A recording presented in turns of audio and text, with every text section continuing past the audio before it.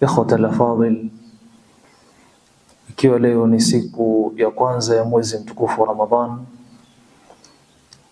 tukiwa ni siku ambayo kwamba tumeingoja. Kwa kweli tumeingoja kwa muda mrefu kwa hamu na ghamu. Walillahi alhamdu wal minna, tumeingiliwa na mwezi mtukufu.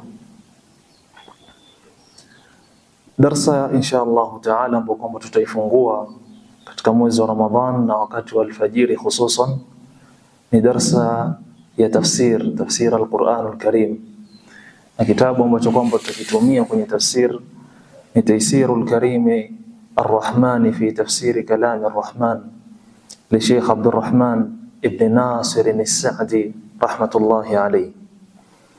Na sura ambayo kwamba tutaizungumzia katika mwezi mtukufu wa Ramadhan ni suratul Hujurat.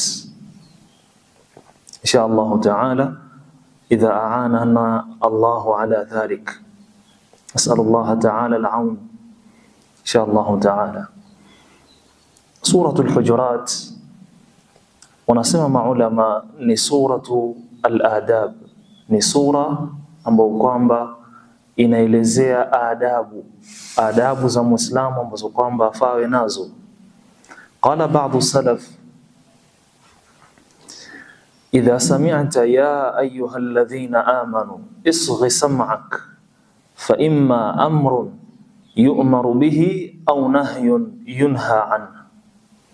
Mwanzo kabisa katika aya ya kwanza katika suratul Hujurat, Allah subhanahu wa ta'ala ba'da a'udhu billahi minash shaitanir rajim bismillahir rahmanir rahim yasema ya ayyuhalladhina amanu la tuqaddimu bayna yaday Allahi wa rasulihi wattaqullaha innallaha samii'un alim.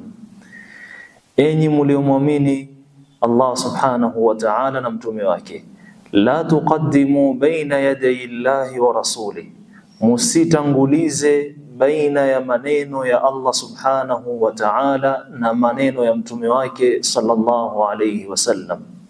Wattaqullaha, lakini mcheni Allah subhanahu wa ta'ala, inna Allaha samii'un alim, hakika ya Allah subhanahu wa ta'ala ni mwenye kusikia, ni mjuzi.